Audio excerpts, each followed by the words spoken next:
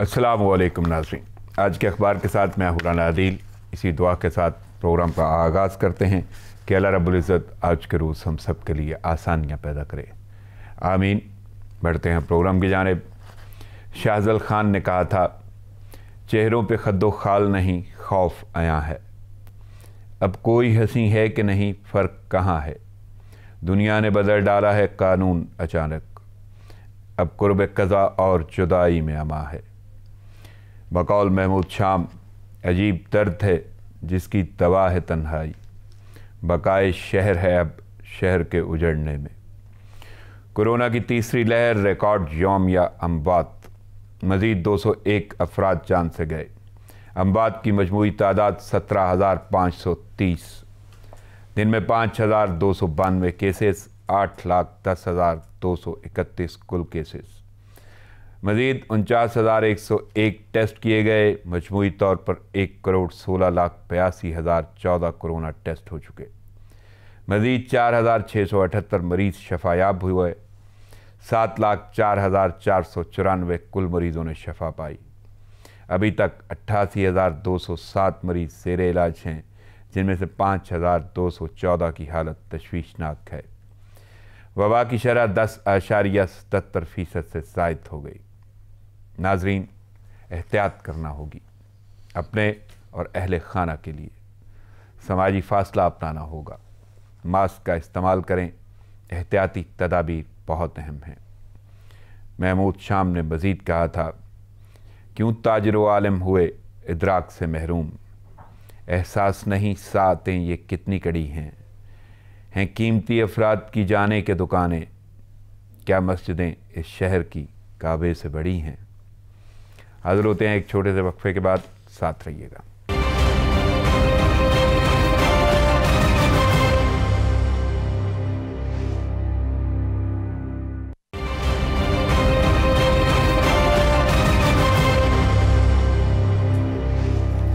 Welcome back नाज़रीन, ख़बरों और तज़ियों का सिलसिला शुरू करने से पहले मैं 5 शख्सियात का तारुफ आपके सामने रख दूँ।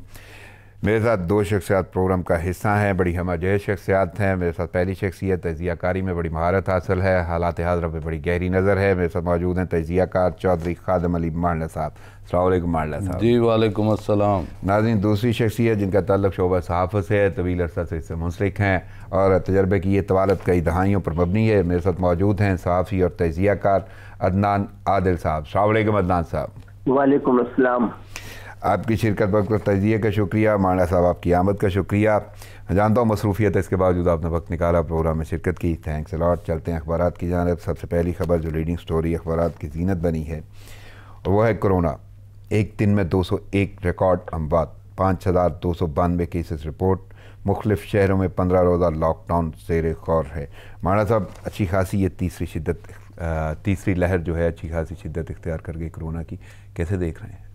बिस्मिल्लाहिर्रहमानिर्रहीम। बहुत शुक्रिया राना साहब। Most welcome sir.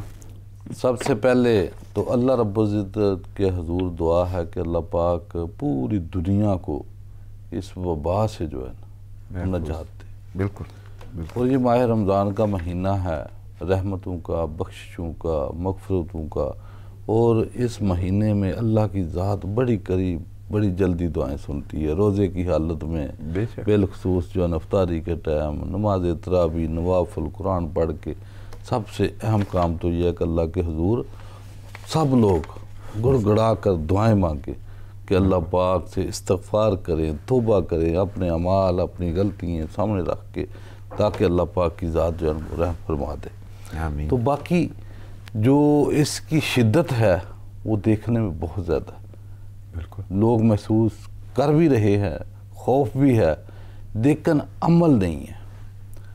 अमली मज़ाहरा जो है ना वो ऊपर से ही होना है।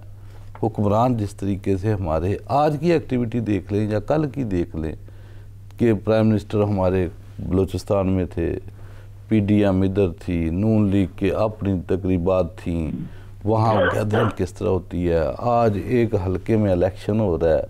यानी कि ये सारी चीज़ों को अगर देखते हैं हम, तो मुझे बताएं कि अवाम को क्या मैसेज देती है हुकूमत या हुक्मरान या लीडर, कि एक तरफ आपने मसल्ला अफवाज को जो है ना वो ग्राउंड पे उतार लिया है कि आप जो है ना वो इमदाद करें कि लोग जो है ना वो एहतियाती तदाबीर जो है ना वो अपनाएं।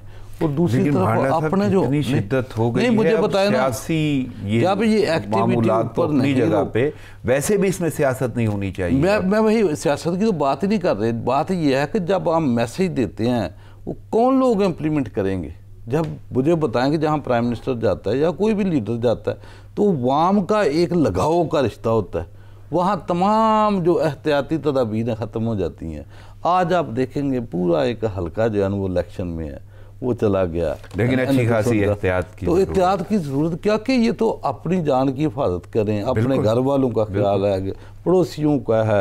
हालात देखो, एक घर का कफील है अगर कमाने वाला, अगर वो बीमार हो जाता है तो ये तो उस घर के ऊपर क़यामत जो है वो टूट पड़ती है। तो इस चीज़ को जो है वो सामने रखते हुए मैं ज़रा अदनान साहब से भी इसी हवाले से पूछ लूँ।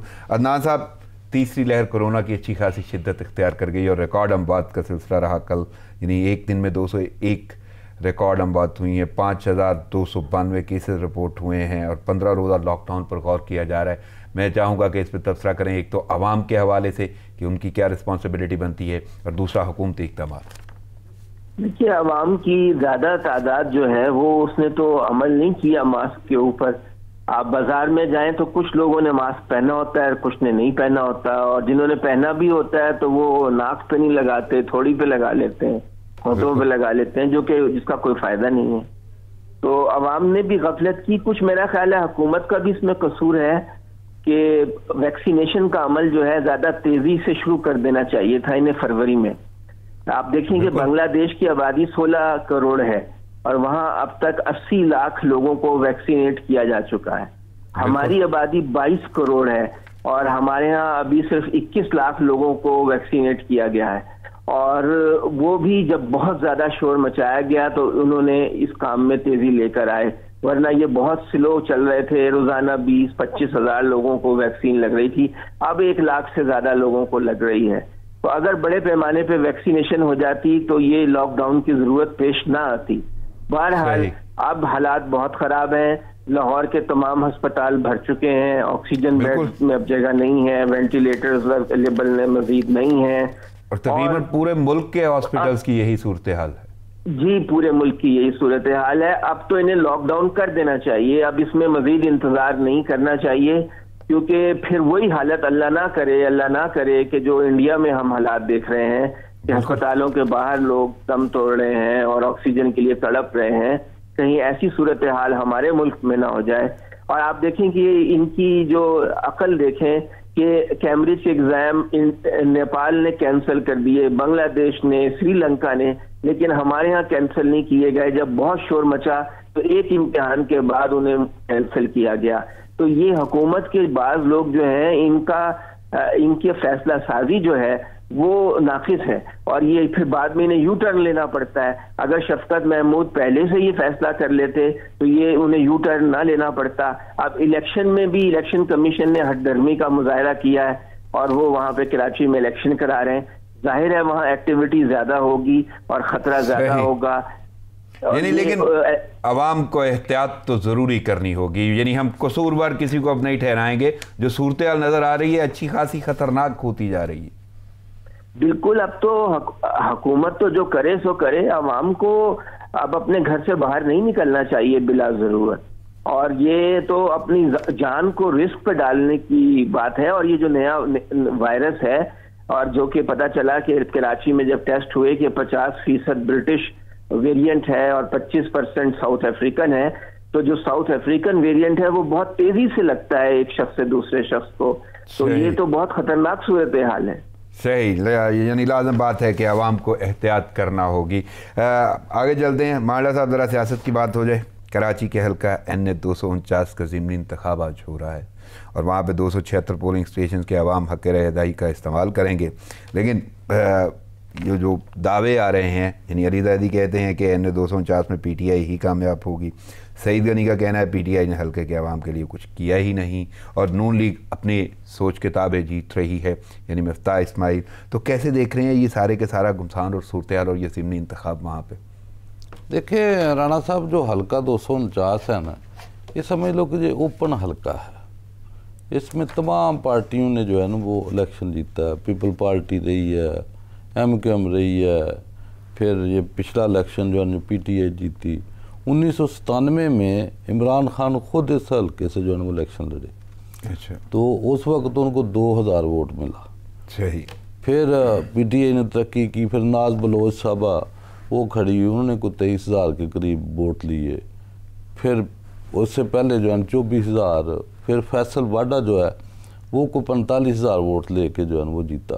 और उसके मुकाबले में शहबाज शरीफ जो है ना वो इस हल्के से कैंडिडेट था, कोई 730 वोटों से जो है ना वो हारा फैसल वाडा से। अच्छा। लेकिन वो इस शक्ल में कि पीपल पार्टी का जो कैंडिडेट था जो अभी भी है कादर मंदखेल, तो उन्होंने 7,500 वोट लिए थे 2018 में। वो इसलिए कि PP ने एलानिया जो है ना सपोर्ट शहबाज शरीफ की हुई थी।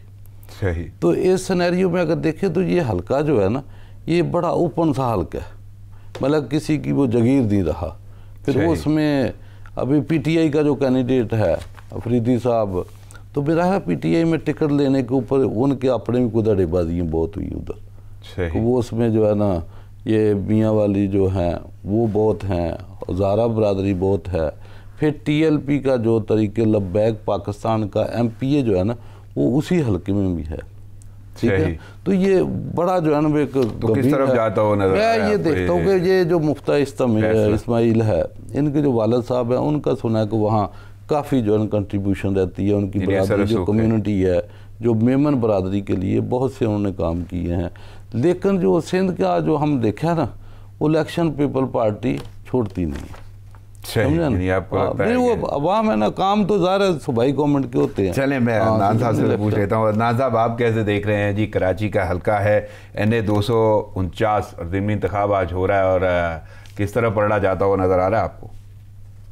मेरा ख्याल है मिफ्ता इस्माइल जो है वो उनको थोड़ा बहुत एज तो है, क्योंकि उनको JUI भी सपोर्ट कर रही है, उसके भी वहाँ वोट हैं, ANP भी सपोर्ट कर रही है। तो जो पठान बरादरी का वोट है वहाँ पर वो मिल जाएगा और मेमन बरादरी का वोट मिल जाएगा। तो अगर इन लाइंस के ऊपर लोगों ने वोट दिया लोकल कंसिडरेशंस पे, तो मिफ्ता को कुछ मुझे लगता है कि एज हासिल होगा। और 3 साल में चूंकि PTI की कारकर्दगी भी कोई इतनी अच्छी नहीं रही, महंगाई बहुत है, कोई ये वहाँ पे काम वाम नहीं करा सके, पानी का वहाँ मसला बहुत ज्यादा है, तो इसलिए लोग जो हैं वो नाराज हैं, पीपल्स पार्टी से भी नाराज हैं कि उन्हें पानी नहीं मिला। बहरहाल ये कि PTI को जो पिछली बार वोट पड़े थे उसमें एक फैक्टर तो है कि लोग बहुत जल्दी अपनी सियासी वफादारी बदलते नहीं हैं, चाहे वो पार्टी से नाराज भी हों जिस पार्टी को पसंद करते हैं, लेकिन वो बहुत जल्दी अपनी वफादारी नहीं बदलते, कुछ टाइम लेते हैं। तो PTI और PMLN में अच्छी खासी टफ फाइट होगी। यानी PTI और PMLN में आपको लगता है कि कांटे का मुकाबला होगा? बिल्कुल होगा। सही। चले लेट्स सी, वो तो फिर आज शाम में फैसला आ ही जाएगा क्या सूरत हाल होती है। मैं मज़ीद थोड़ा सा आगे बढ़ता हूँ। माड़ा साहब, सरबराह PDM ने पीपल्स पार्टी और ANP के इस्तीफे मंजूर कर लिए, कहा जिसे जाना है चला जाए, हम ईद के बाद हुकूमत को टफ टाइम देंगे। लगता है टफ टाइम देंगे कि बस वैसा ही जो पहले किस्से चल रहे थे वो? देखो, जब मुकम्मल अरूज पे थी PDM, जिसमें ANP पीपल पार्टी बड़ी मुतहर्रक जमातें थी दोनों, और उस वक्त ये कुछ नहीं कर सके, तो अभी इन्होंने क्या करना है बेचारे ने? अभी बयानात की हद तक ये करना है वो करना है, इन्होंने कुछ भी नहीं है। यानी कि जो आप एक एजेंडा लेके चले हो, अब इस्तीफे देते कहाँ गए वो इस्तीफे? अपनों के लेने पड़ गए, यानी आपस में भी इस्तीफे ही चल रहे हैं। वो भी नहीं दे सके ना, चलो वही डंक के आप दे ले। नहीं, PDM से इस्तीफे आने शुरू हो गए। वो तो आ गए ना। हाँ। जिनसे लेने थे वो नहीं आए। सही। तो अभी मुझे ये बताया कि ये कुछ भी नहीं है, ये खाली पीली बातें हैं। बिल्कुल नकारा, इनको जेलों में जाना है। नहीं तो इतनी बातें करने का फिर वजह नहीं, बातें सियासत में बातें ही राना साहब कर सकते हैं ना, और क्या कर देंगे ये? आपको नहीं लगता अवाम अब थोड़ी शऊरी? देखो, अवाम में जो शऊर है ना, अवाम का शऊर किसी काम का नहीं है। उसकी वजह यह है कि काम आपके अदारों ने करना है, सज़ाएँ अदालतों ने देनी है, सज़ाएँ किसी को मिलनी नहीं है। दंडनाते बाहर फिरेंगे, कभी इधर गंद फैलाएंगे, कभी उधर गंद फैलाएंगे, काम इनका कुछ है नहीं है। पूरे 73 साल की तारीख यही है कि ये जितने लोग हैं जिसके ऊपर रोज़ाना हम बैठ के जो है चीखो पुकार करते हैं, इनकी करप्शन के स्कैंडल, इनके अपने असासे हर बंदे को नज़र आते हैं। लेकिन वो सूट करता है ये निज़ाम सबको। जितने बैठे हुए हैं ना माफिया, हर जगह के ऊपर माफिया बैठा है, हर अदारे में बैठा है, वो इनको सपोर्ट करते हैं। वरना ये कहाँ इन्होंने जाना था, कहाँ होते। मुझे बताया कि जो बयान देने वाले हैं इनके ऊपर कितने नोटिस जाते हैं नैब, वो नैब इतना कमज़ोर है कि इनको बुलाने से का असर है। अच्छा। मरियम को बुलाया, नोटिस भेजा, फिर उसने जब थ्रेड आए तो उन्होंने बोला नहीं जी आप रहने दो। ये फजलुर रहमान को कितने भेजे, फिर वो कहता हाँ हम 1 लाख पता नहीं कितने बंदे लेके आएंगे। नहीं तो ये जो कहते हैं टफ टाइम दे पाएंगे, टफ टाइम जाहिर है वो टफ टाइम दे, वो उनको पता है कि अभी टाइम थोड़ा रह गया 2 साल, तो ये नारे शारे लगाएंगे, धमकियाँ देंगे ताकि नैब ये खाली भी नहीं नारे ही हैं, तो नारों की वजह से तो वो बाहर फिर रहे हैं। ये तो थ्रेड है, वो कानपट्टी जो कहता है इमरान खान कि कानपट्टी के ऊपर रख देता है, ये कानपट्टी है सबकी। चले मैं अदनान साहब से पूछ लेता हूँ। अदनान साहब आप कैसे देख रहे हैं जी, पीडीएम ये कह रही है कि वो जिसे जाना है चला जाए, हम ईद के बाद हुकूमत को टफ टाइम देंगे, दे पाएंगे बाकी की पीडीएम? देखिए टफ टाइम तो उसी सूरत में दे सकते हैं, या तो ये दोनों असम्बलियों से इस्तीफा दे दें, जमीयत उलमा इस्लाम और नून लीग, जिसका इम्कान नजर नहीं आ रहा, और दूसरे ये हो सकता है कि मौलाना फजलुर रहमान मदरसों के बच्चे सड़कों पे ले आए, जैसे कि साद रिजवी ले आए थे, तो उस तरह का कोई माहौल क्रिएट कर दें। वो मुझे लगता नहीं कि साद रिजवी जैसी ताकत इनके पास है, लेकिन ये कि छोटा मोटा शो तो ये कर ही सकते हैं। तो फिर ये है कि इस तरह के बयानात इसलिए भी देते हैं ताकि खुद को रेलेवेंट रख सकें, मीडिया में डिस्कस हो, मीडिया में स्पेस मिले, वरना तो लोग इन्हें भूल जाएंगे। तो अपने आप को रेलेवेंट रखने के लिए इस तरह के बयानात दिए जाते हैं, वरना इनकी कोई खास अहमियत नहीं। इमरान खान को जो खतरा है वो तो जहांगीर तरीन ग्रुप से खतरा है कि अगर वो बजट के मौके पे भाग गए तो बजट पास कराना मुमकिन नहीं रहेगा और हुकूमत जो है फिर बच नहीं सकेगी। सही। यहाँ पे माला साहब एक मुख्तसर सा वक्फा लेना होगा, गुफ्तगू यहीं से जारी करेंगे। नाज़रीन लेते हैं एक शॉर्ट ब्रेक, साथ रहिएगा।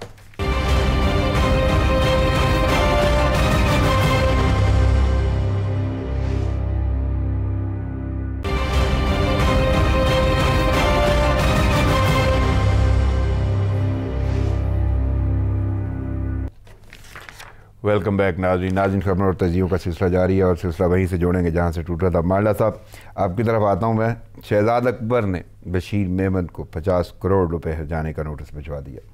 14 दिन में इल्ज़ाम वापस लेकर माफ़ी का मुतालबा। कहते हैं इल्ज़ाम बदनीयती की बुनियाद पर आयद किए गए। और सरताज गुल हैं PTI की, वो कहती हैं बशीर मेमन मुज़हका खेज़ बयानात देकर नई नौकरी की तलाश में है। आपको लगता है सही है? देखिए राणा साहब, बात यह है कि नोटिस करने से, देने से, केस करने से इस मुल्क में हासिल क्या होता है? मतलब किया आज नोटिस किया, 10 साल केस चलना है, किसको क्या मिलना है? ये कितने जो है इन्होंने अरजानों के तमाम पार्टियों ने, कोई भाई कभी शहबाज शरीफ इमरान खान पे करता था, कोई उस पे करते थे, तो मुझे बताएं कोई आज तक कोई फैसला भी हुआ है? कोई अगर ये अदारे ये अदालतें अगर फैसले करें तो कोई सोच के बयान आते ना। जिस मुल्क में पूछने वाला नहीं, जिसका जो दिल चाहे वो आकर बोल के बयान दे के चला जाए, उसको पता है इस निज़ाम का, बयान देने वालों को, कि यहाँ मैं कुछ भी बोल जाऊँ। मुझे ये बताएं कि जो बातें Bashir Memon x DG FIA ने कही हैं इंटरव्यू में, ये कोई पहला इंटरव्यू नहीं है। इससे पहले भी उसने जो है ना ये YouTube के ऊपर भी जो है ना वो किसी को इंटरव्यू दिए हैं, ये पहले भी इल्ज़ाम इस तरीके को उसने लगाए हैं। मैं ये चाहता हूँ कि बिलखसूस ये इस दफ़ा जो दिया है इसकी आप टाइमिंग देखें, क्योंकि इसमें उसने इंक्लूड किया है काजी फायज़ ईसा को। जो ही काजी फायज़ ईसा का सुप्रीम कोर्ट से वो फैसला आता है और उसके फ़ौरन बाद जनाब ऐसे तैयारशुदा सवाल और बड़ी लाइन और लेंथ के साथ जितने बंदों के उसने नाम लिए हैं मुकदमात बनाने के ऊपर, जिसने कहा कि मैंने इनकार किया, मुझे बताया कि बशीर मेमन ये मुझे बताए कि क्या नवाज शरीफ चोर नहीं, शहबाज शरीफ चोर नहीं, ये तमाम जिनके वो नाम ले रहा है, मरियम ये चोर नहीं, ये सर्टिफाइड सुप्रीम कोर्ट ने जो इनको चोर डिक्लेयर किया, सजा याफ्ता हमजा शहबाज, सुलेमान शहबाज और जितनों के नाम ले रहा था बशीर मेमन। इसका मकसद है कि तुम तनख्वाह किस चीज़ की लेते थे? अगर तुमने चोरों पे कोई कार्रवाई नहीं करनी थी तो इसका मकसद ये है कि उसने उस वक्त भी नौकरी पक्की क्यों? क्योंकि इसको लगाया जब तो शायद खकान अब्बासी जो है, यानी आपको लगता है कि जो कुछ उसने कहा उसमें कोई हकायक नहीं? हकायक क्या, उसने अपने फराइज जो अंजाम देने थे, उसने बोला कि मैं किसी चोर को हाथ नहीं लगाऊंगा, मुझे तो उन्होंने नवाजा हुआ है, मुझे DGFI लगाया हुआ है, क्योंकि वो PP से बनती नहीं थी उस वक्त, वो नारे थे नून के, जब अली बाबा मरियम बीबी ने भी यहाँ पे बोला, वो कहती हैं कि ये इनके इंकशाफात से असल सिसिलियन माफिया जो है वो बेनकाब हुआ है। बिल्कुल, मरियम नवाज कौन मरियम है? ये वही मरियम है जो कहती थी मेरी लंदन तो क्या पाकिस्तान में प्रॉपर्टी नहीं है। और इनको तो बात करते हुए जो है ना वैसे ही शर्म आनी चाहिए। इन्होंने जो अदलिया कह रही हैं वजीर आजम हाउस में इदारों के सरबराहान को बुलाकर सियासी मुखालिफिन उसने तो बयान बहुत बड़ा दिया है, अखबार पे लिखा हुआ है। उसने बोला कि प्राइम मिनिस्टर हाउस में एक दहशतगर्द बैठा हुआ है। प्राइम मिनिस्टर को ये कहा उसने। तो दहशतगर्दी, मुझे बताओ कि दहशतगर्दी है क्या? कि आपके वालिद मोहतरम मफरूर आजम इसी प्राइम मिनिस्टर हाउस में बैठ के पूरे मुल्क को यहां से बैठ के लूटा उसने, वरना तो उसकी क्या औकात थी? चले मैं अदनान साहब, शहबाज शरीफ ने वो पंजाब में बैठकर असासे टीटियां पापड़ अकाउंट असासे ट्रिलियन जो है ना वो इन्हीं अवानों में बैठ के बनाए हैं, इन्हीं अवानों में थे। तो आप लोगों ने जो है ना सुप्रीम कोर्ट के ऊपर हमले करवाए। आपने अब्दुल कयूम वो जज था जो वो टेलीफोन कॉल कौन नहीं सुनता कि बड़े भाई जनाब कह रहे हैं जनाब सजामा दो, वो ये तो आप लोगों का जो है ना ये काम था। आप दूसरों के ऊपर जो है ना, आप तो अमलन लोग अपनी मज़ारे आप लोगों के देख चुके हैं। आप कम अज़ कम मरियम को ये है कि आप ये बातें ना करें, आप एक मुजरमा है, जमानत पे हैं, लेकिन हमें पता है कि आपके बंदे हर अदारे में हैं कि आप बाहर फिर रही हैं और सारे मौलाना साहब अदनान साहब से पूछने। अदनान साहब आप कैसे देख रहे हैं जी? शहजाद अकबर ने बशीर मेमन को 50 करोड़ रुपए हर्जाने का नोटिस भिजवाया है और 14 दिन में इल्ज़ाम वापस लेकर माफ़ी का मुतालबा, और कहते हैं इल्ज़ाम बदनीयती की बुनियाद पर आयद किए गए। और सरताज गुल कहती हैं कि जी बशीर मेमन मुज़हिका खेज़ बयानात देकर नई नौकरी की तलाश में हैं। कैसे देख रहे हैं? इस बात में तो किसी हद तक सदाकत है जो मांडा साहब कह रहे हैं कि बशीर मेमन के माजी में नून लीग की क़यादत से ताल्लुकात रहे हैं, और ये अब 2 साल के बाद क्यों बोले हैं, ये बात अहमियत रखती है। इनके जो बात करने की टाइमिंग है वो बहुत अहम है। ये लग रहा है कि इमरान खान के खिलाफ जो है एक माहौल बनाया जा रहा है और मुख्तलिफ सिमतों से उन पे हमले हो रहे हैं। कभी जहांगीर तरीन ग्रुप खड़ा हो जाता है, कभी बशीर मेमन के इल्जामात लग जाते हैं। तो आप देखें कि और भी अदलिया में भी ऐसे फैसले आए। तो मुख्तलिफ आप चीज़ों की सीक्वेंस में देखें तो लगता है कि ओवरऑल इमरान खान के खिलाफ एक माहौल बनाया जा रहा है, और इसका जो मास्टरमाइंड है वो नवाज शरीफ है, जो वहां से डायरेक्शन वहीं से इशू होती है। पहले आपने देखा कि मरियम ने कल बयान दिया कि कश्मीर के ऊपर साजिश की बू आ रही है और कोई खिचड़ी पक रही है। उसके फौरन बाद फजलुर रहमान ने बयान दे दिया कि जो हमारी फौज है ये तो 24 घंटे भी जंग नहीं लड़ सकती। उन्हें शर्म आनी चाहिए ऐसा बयान देते हुए। अपने जो हमारे फौजी शहीद हैं वो लोग क्या सोचेंगे कि वो अपने लिए कुर्बानियां दे रहे हैं अपने वतन के लिए, और ये उनके ऊपर इतना घटिया इल्जाम लगा रहे हैं। यही फौज थी ना जिसने फरवरी में बालाकोट के हमले के जवाब में इंडिया को जबरदस्त जवाब दिया, दिन की रोशनी में उनके 2 तैयारे गिराए, उनका पायलट गिरफ्तार किया। तो ये एक कंसर्टेड कैंपेन है, एक मुनज़्ज़म मुहिम चल रही है, और इसका जो मेन मास्टरमाइंड है वो नवाज शरीफ है। अच्छा, तो जब नवाज शरीफ मास्टरमाइंड है तो फिर मरियम नवाज की बातें तो फिर बेमानी सी हो जाती हैं ना, वो जो कहती हैं असल सिसिलियन माफिया जो है वो बेनकाब हुआ है।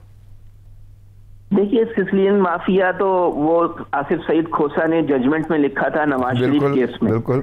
तो ये तो अब अपनी शर्मिंदगी मिटाने वाली बात है। वो उनके ऊपर इतने केसेस हैं, उनकी इतनी दौलत है, अरबों रुपए की दौलत है जिसका वो हिसाब नहीं दे सकते। तो अब वो कहते हैं ना, जब आप पे कोई कीचड़ उछाले तो आप इतना कीचड़ उछालो कि किसी का भी चेहरा नजर ना आए। तो वही पॉलिसी जो है वो मरियम नवाज की है कि हर एक के ऊपर जो दिल चाहता है वो इल्जाम लगा देती है। बहरहाल बशीर मेमन ने संजीदा इल्जाम लगाए हैं, वो कह रहे हैं मैं अदालत का भी सामना करने के लिए तैयार हूं, तो अगर उनके पास कोई सबूत है तो वो पेश करें। और उसमें देखना भी ये भी होगा कि क्या प्राइम मिनिस्टर ने उन्हें मजबूर किया था ये तो प्राइम मिनिस्टर चीफ एग्जेक्टिव हैं, वो कह सकते हैं कि भाई आप फला शख्स के बारे में इंक्वायरी करें, इसमें क्या गैर कानूनी बात है। हाँ, अगर वो उनको मजबूर करें तो फिर गैर कानूनी बात है।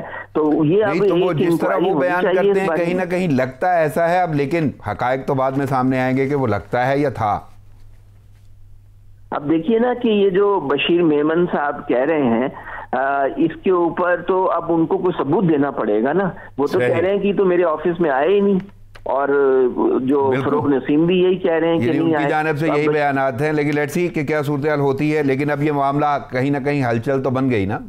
हाँ, वो मीडिया एक तरह से मीडिया में तो शोर मच गया ना, और एक तासुर, यही असल मकसद होता है कि मीडिया में एक मुसलसल तासुर बनाए रखो हुकूमत के खिलाफ, ताकि हुकूमत डिफेंसिव पे रहे और अपोजिशन जो है वो जो उसकी एक अवाम में मकबूलियत कायम रहे और वो एक बयानिया अपना जो है वो अवाम में फैला सके। तो यही एक मकसद होता है, और यही वक्फे से कोई ना कोई शोशा छोड़ दिया जाता है। सही। माना साहब, पहले तो मुझे मैं ज़रा वज़ीर ममलिकत बन रहे हैं बराए इत्तलात व नशरियात फ़रख हबीब साहब, तो उनके हवाले से कुछ कहेंगे?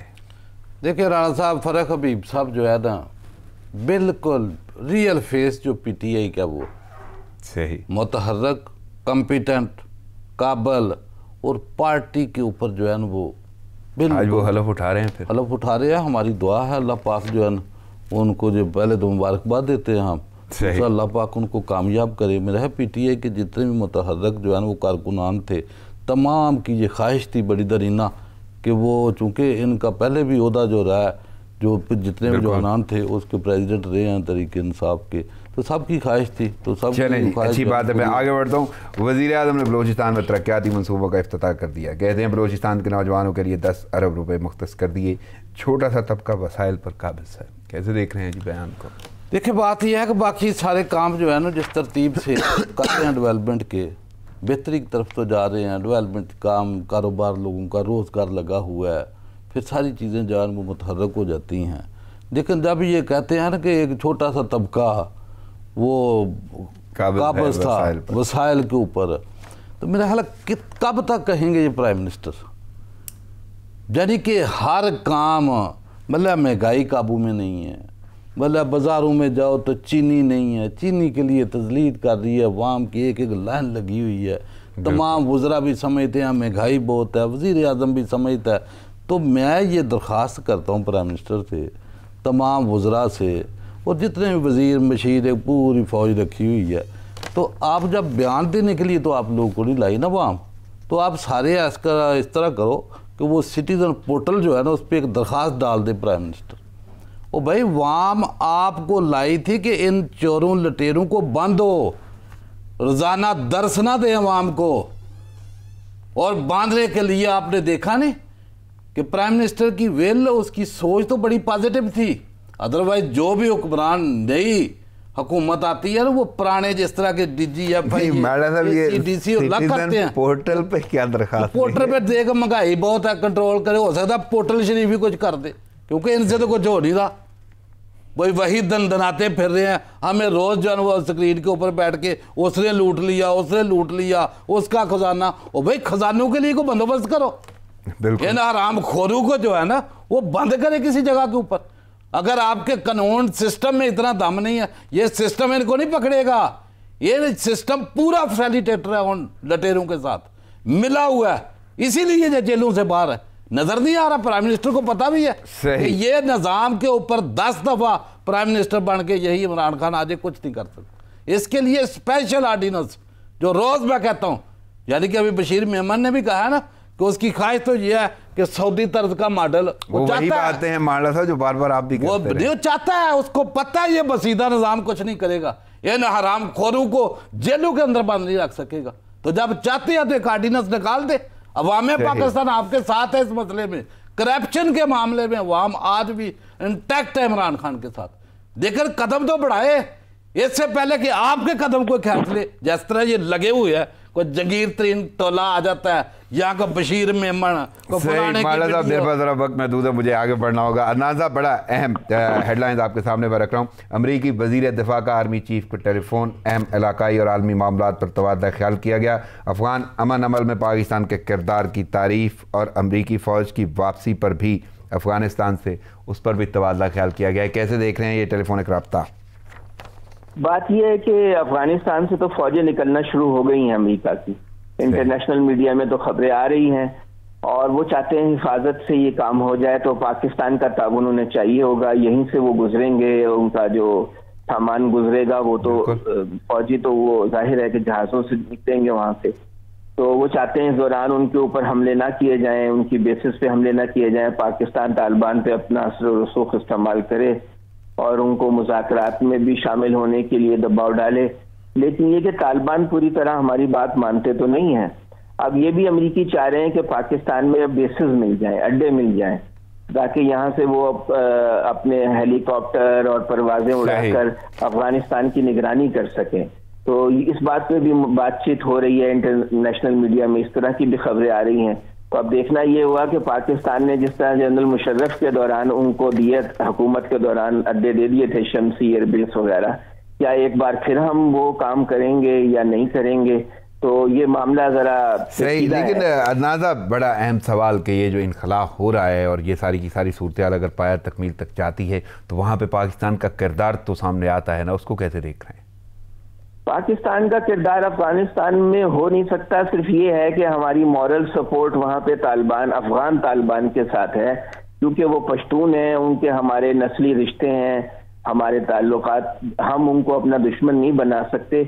और वहाँ के जो शुमाली इत्तेहाद है वो पाकिस्तान का हमेशा मुखालिफ रहा है, काबुल की अशराफिया पाकिस्तान की मुखालिफ रही है। अमरीकी फौजों का चले जाना, उसके लिए भी तो पाकिस्तान ने किरदार अदा किया, और खित्ते के हवाले से उसकी अहमियत जी, उसमें तो बहुत से फैक्टर है ना। अमरीकी तो खुद भी थक गए हैं, 20 साल से वो जंग कर रहे हैं, ट्रिलियंस ऑफ डॉलर लगा चुके हैं। अब उनकी सारी तवज्जो बाइडेन की अमेरिका के अंदर है। 2000 अरब डॉलर से वो अपने अमेरिका में सड़कें बनाना चाहते हैं और वहां पर इंटरनल चीजों पे फोकस करना चाहते हैं। तो हमारा तो इतना किरदार नहीं है। असल में अमेरिका अब यहाँ पे मजीद जंग जारी रखना चाहता है। सही। मांडा साहब, भारत में कोरोना की जो सूरत हाल है वो अच्छी खासी बदतरीन है। यानी मैं अगर आपके सामने रखूं तो एक दिन में 3000 से ज़्यादा अमवात, 3,62,000 से ज़्यादा केसेस रिपोर्ट, ऑक्सीजन की किल्लत अच्छी खासी है, वहाँ पे मुश्किलात बढ़ गई। कैसे देख रहे हैं जी अब भारत? देखिए जी, भारत की जो हठधर्मी है अभी तक ये अपने लोगों के लिए, जिस तरीके से पुलवामा से शुरू कर लें, अपने लोगों को खुद मरवाया। अभी जो दिल्ली के जो सीएम हैं केजरीवाल साहब, वो अगले दिन कॉन्फ्रेंस हो रही थी तो वो बेचारा हाथ बांध के दरख्वास्त कर रहा था कि मेरे जो ऑक्सीजन के ट्रक आते हैं उसको खुद ये रुकवाते हैं ताकि वो बंदों तक पहुंचे ना। और बंदे बिलक के जो है ना वो देख रहे हैं, सारी वीडियो सामने आ रही हैं कि वहाँ एक तो ऑक्सीजन ही नहीं है, पहुंचने नहीं दे रहे, खुद ये सारा इंतज़ाम कर रहे हैं। यानी कि उसने पूरी इंसानियत की तजलील खुद मरवा रहा है।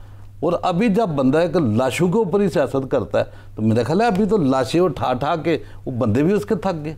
और जिन मुसलमानों को वो हम देखते थे मसाजिद से बाहर निकाल के मारते थे मुसलमान, आज वही मुसलमान इनके लिए मसीहा बने हुए हैं, वही मसाजिद उन्होंने खोई हैं। कोई मंदिर किसी ने वहाँ नहीं खोला है। उनकी आप देखें कि वो प्लाज्मा डोनेट कर रहे हैं, इनकी लाशों को उठा के जलाने वाला कोई नहीं। वही मुसलमान इनकी लाशों को कंधे दे के वो शमशान घाटों तक पहुँचा रहे हैं। शमशान घाट वहाँ कम पड़ गए हैं। मेरा ख्याल है अभी भी ये तौबा करे और ये जितना जुल्म बर्बरियत पूरे हिंदुस्तान में मुसलमानों के साथ, सिखों के साथ, दिल्लत क्रिश्चियन के साथ और बिलखसूस मकबूजा कश्मीर के अंदर जो जुल्म ढा रहा है उस जुल्म को बंद करे। अल्लाह रब्बुल इज्जत की ज़ात जो है ना, वरना इनको इसी तरह जलील करेगी। मारा साहब, वक्त की किल्लत के बाद मुझे इजाज़त लेना होगी। आपकी आमद का शुक्रिया। अदनान साहब, आपकी शिरकत वक्त और तजज़िये का शुक्रिया। नाज़रीन, प्रोग्राम का वक्त ख़त्म हो जाता है, मुझे इजाज़त दीजिए। दुआओं में याद रखिएगा। अल्लाह निगहबान।